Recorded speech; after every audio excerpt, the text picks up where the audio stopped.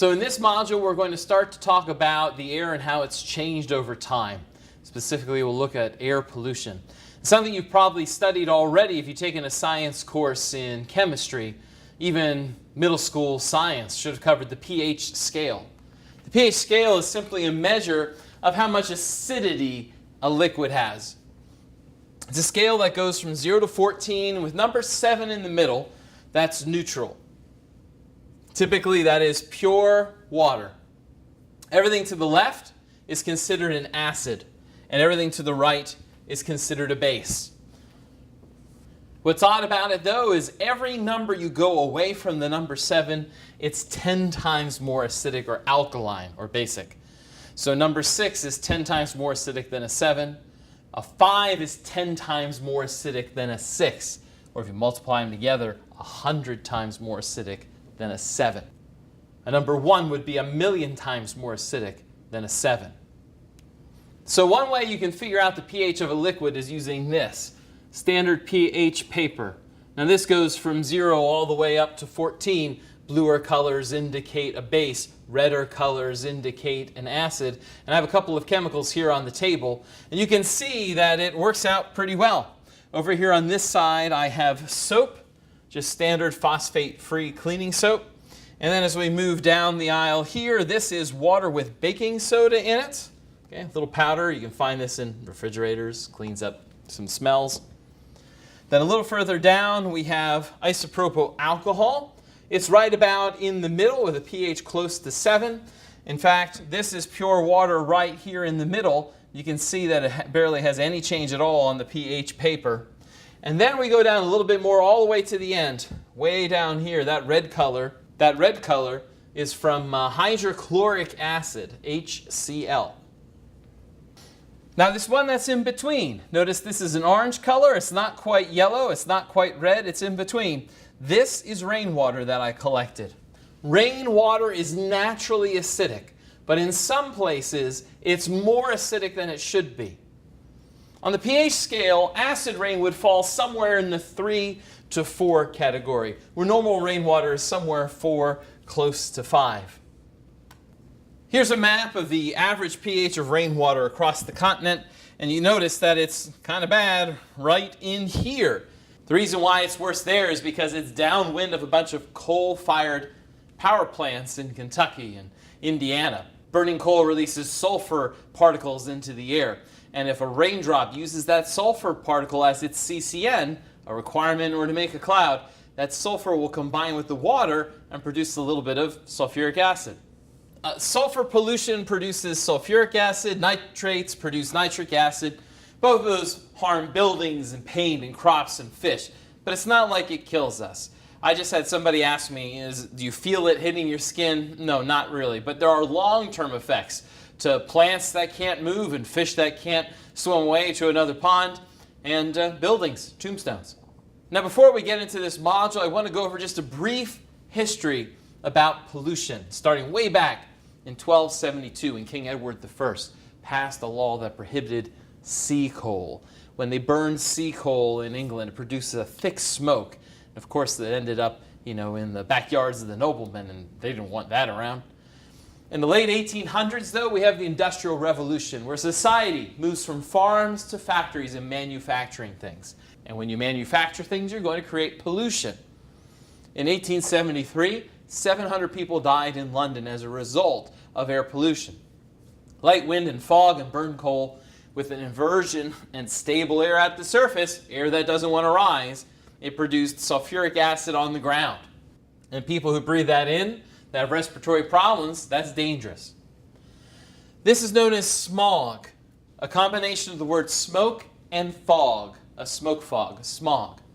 In the early 1900s, we're now going to throw automobiles in the mix. Those are just portable little factories on wheels. And in 1911, now 1,150 people die in London. In Belgium in 1930, in the Meuse Valley, fluorine concentrated from a factory made 600 people ill and 63 died right there on the streets. The air killed them. It even happened here in Pennsylvania, in Denora. 7,000 people got sick and 22 died, where over 5 days, coal plants and zinc smoke concentrated from the factories outside of town. You'll pass Donora in western Pennsylvania. There's an exit for it off the turnpike if you head towards Pittsburgh. 1952, the Great Smog of London, the London Fog. Over 4,000 people die as smoke from coal factories is concentrated. The visibility was very low. There's a picture there from downtown London. And so they finally had enough. In 1956, they passed the UK Clean Air Act in an attempt to try to get rid of some of these pollutants in their air and protect people. In America in the 1960s, in New York and Los Angeles especially, cars were producing a thick photochemical smog. Sunlight breaks down pollutants from the exhaust into these toxic nitrous oxides. Nitrous oxide is a brown gas that you can see, like right there in the city of Los Angeles. You can see that haze. If you ever drive into New Jersey or New York City, you can usually see it as you approach those cities. You can even see it in Lancaster on a hazy, hot, humid summer day. I want to show you two pictures from Denver, from a webcam that's in Denver. And here's Denver on a typical clear day, and here's another picture from the same webcam on a smoggy day. Big, big difference between each picture. Photochemical smog is a real big problem in LA because mountains surround the city, and like a bathtub, it traps the smog. What you need is a strong wind to blow off the ocean to break the inversion and get the smoke to rise over the mountains, but it doesn't happen that often in the summer. So all this together then prompts America to act, and in 1970 we passed the Clean Air Act. The way the pollution is concentrated in this country is if we have low winds. So imagine a smokestack that lets a puff of smoke out every second. If the wind is blowing 5 meters a second, a puff of smoke will be created and it will only move 5 meters.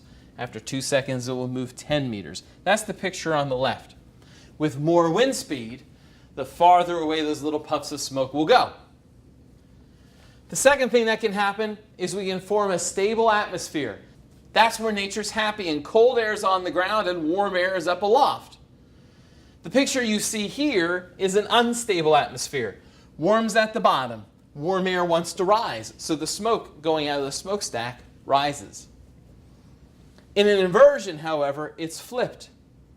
Cold air will not rise. So any smokestacks that are below that inversion, the smoke will just pool at that layer of the atmosphere. Taller smokestacks can break the inversion and the smoke will continue to rise. You can also have problems when the factories are on a hill surrounding a valley. Much like a bathtub fills with water, cold air will sink and go down to the bottom of the valley.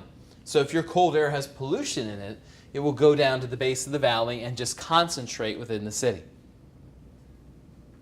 Here's another example where the inversion isn't on the ground, but it's up higher in the atmosphere. Smoke rises up to a certain point, and then when the temperature cools, it stops rising. We call that in meteorology a cap, or on this picture, and it's an inversion layer. And the same thing, the more pollution you put in the air, the more polluted the air gets. I saw this actually happening when I was driving home one day from class. What you see in the distance there is TMI. So I took this picture of the steam rising from TMI. It's rising in an unstable layer, but it hits the inversion layer, or the cap, which is located right there. Stable air is above it. So the steam stops rising, it just collects at the bottom of that stable layer, and then the wind blows it off to the left. Pollution is so bad in some cities that driving's restricted to certain days. Driving's forbidden in certain places on weekends. That's very common over in Europe. And in 1989 in Mexico City, pollution was so bad in January that schools were closed and children were given the entire month off. In China, 1.6 million deaths a year are attributed to air pollution, where we frequently have scenes like this of coal factories and people wearing masks to protect themselves from the smog. So we know exactly where the source of this pollution comes from. The number one culprit is transportation: cars, planes, trains, buses, and so on. Then industry and factories would be second, and most of that is producing electricity, followed by just home use. In all three cases, the main source of pollution is from the burning of fossil fuels. If we look at the types of pollution released, carbon monoxide is number one on the list, followed by nitrous oxides and sulfur oxides. There's a whole list of other chemicals we need to worry about, except for lead. Lead's pretty much gone away. That was slowly banned over time since the 1970s. But we still have these things called particulates. If you've ever been in Hershey and you smell chocolate in the air, or you smell the Twizzlers factory on the west side of Lancaster, those are particulate matters. All those things can be now regulated by the Environmental Protection Agency. These can be harmful to hearts, and they can make your lungs work harder, your kidneys work harder, removing these pollutants from your body, and it could also affect your brain. And as we went through the 1970s, 80s, and 90s, people started realizing that pollution was starting to affect places far away from the source. Places like the Grand Canyon here. Again, a webcam picture from a good day and a webcam picture from a smoggy day. There are no cars at the Grand Canyon. This is mostly from Los Angeles. So the 1970 Clean Air Act turns into the 1990 Clean Air Act. And that specifically says that there are certain states that automobiles need to be tested yearly for pollution. Pennsylvania is one of those states. That's why we have a second sticker on car windshields. Pollution is checked every single year. And if your vehicle is polluting more, they will not let you drive it off the lot without fixing it. It also set limits on the amount of pollutants a factory can put into the atmosphere. And the EPA was allowed to enforce 189 chemicals. In 2001, the Supreme Court even decided that the EPA has the power to fine companies even if they can't afford to pay it. Cost is not a consideration. But there's a catch.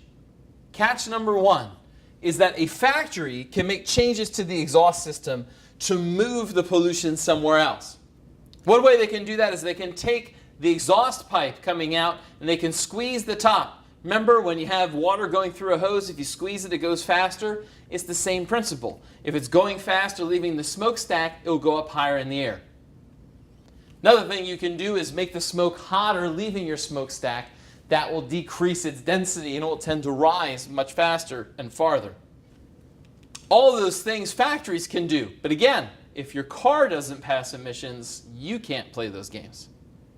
The second important catch to realize is factories can enter what's called a national permits program.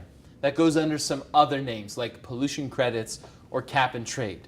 And you really should understand what this catch does. So let's just make up an example. Let's say sulfur dioxide, a corporation is allowed to put 10 tons a year into the air. So we've got factory 1, which makes Amish buggies. And we have factory 2, which makes bread pudding, and factory 3, which makes cars.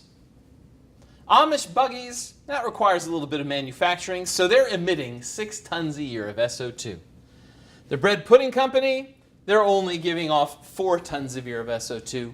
But the car factory, that's going to produce a lot of pollution. They're looking at 14 tons a year. Of all of these factories, only the car factory is currently breaking the law as far as exceeding their legal limit of pollution. In total, we have 24 tons of pollution coming from these 3 sources. So the owner of the car factory calls up the Amish buggies and they say, hey, I'm alarmed. I'm 4 over the limit. You are 4 under the limit. Is there anything you can do? And the Amish buggy owner has an idea.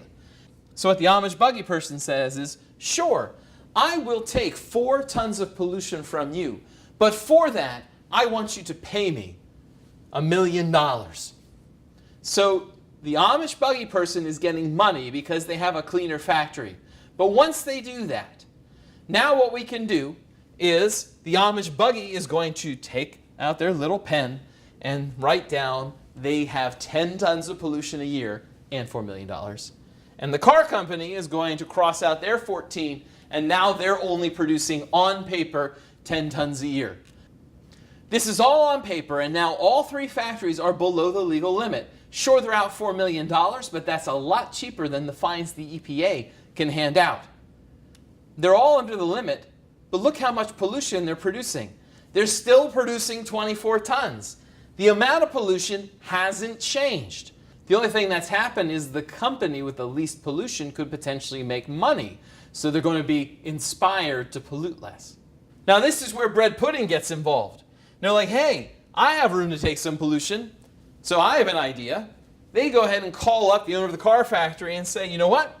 I will go ahead and take 4 tons of pollution, but you only have to pay me $500,000. This is where capitalism comes into play.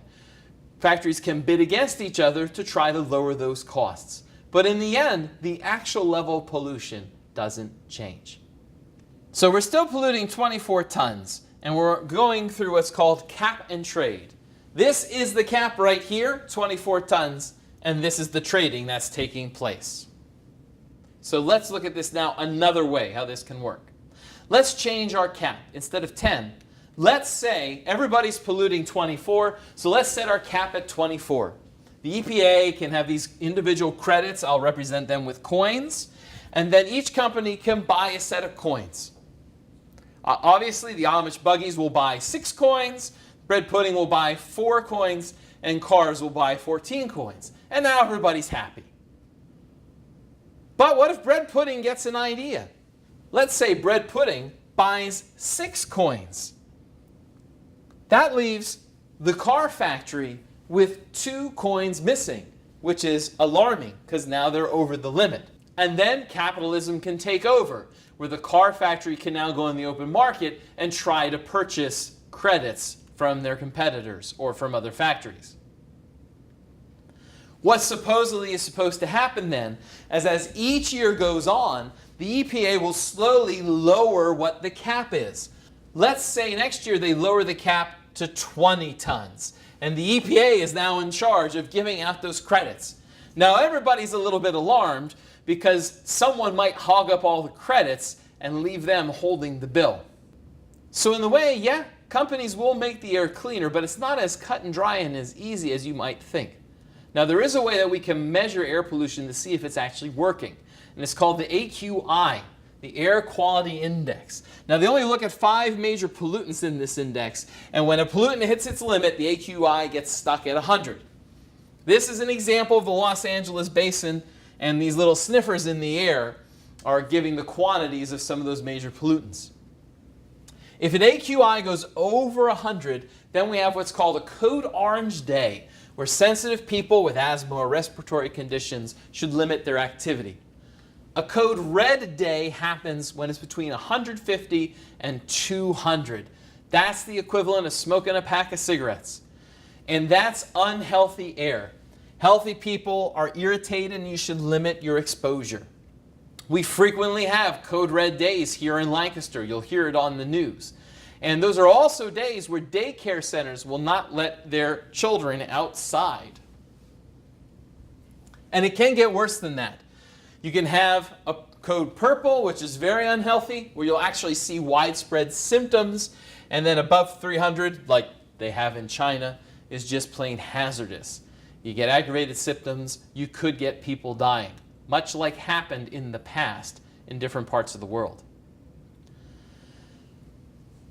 So transportation has seen the biggest drops in air pollution, and since it's the #1 cause of it, we are seeing drops in gases over time. Notice in 1970 it starts to go down, and in 1990 that trend continues for carbon monoxide. Looking at lead, it's basically been eliminated. And some other gases, while some have stabilized or maybe even a slight uptick, in general the amount of pollution is going down. If we look at the total number of days where we reach the unhealthy limit in the country, in major cities, you can see in general the trend is going down. And if we look at counties measuring ozone that go above those 2015 standards, the footprint of those counties is getting smaller and smaller. Yes, there's a lot in Southern California, but look here, there's a lot in southeastern Pennsylvania. And Lancaster, Lebanon, Berks counties off to Philadelphia, we all exceed that limit. So in future lessons, we're going to take a closer look at air pollution and we're going to see how it affects us.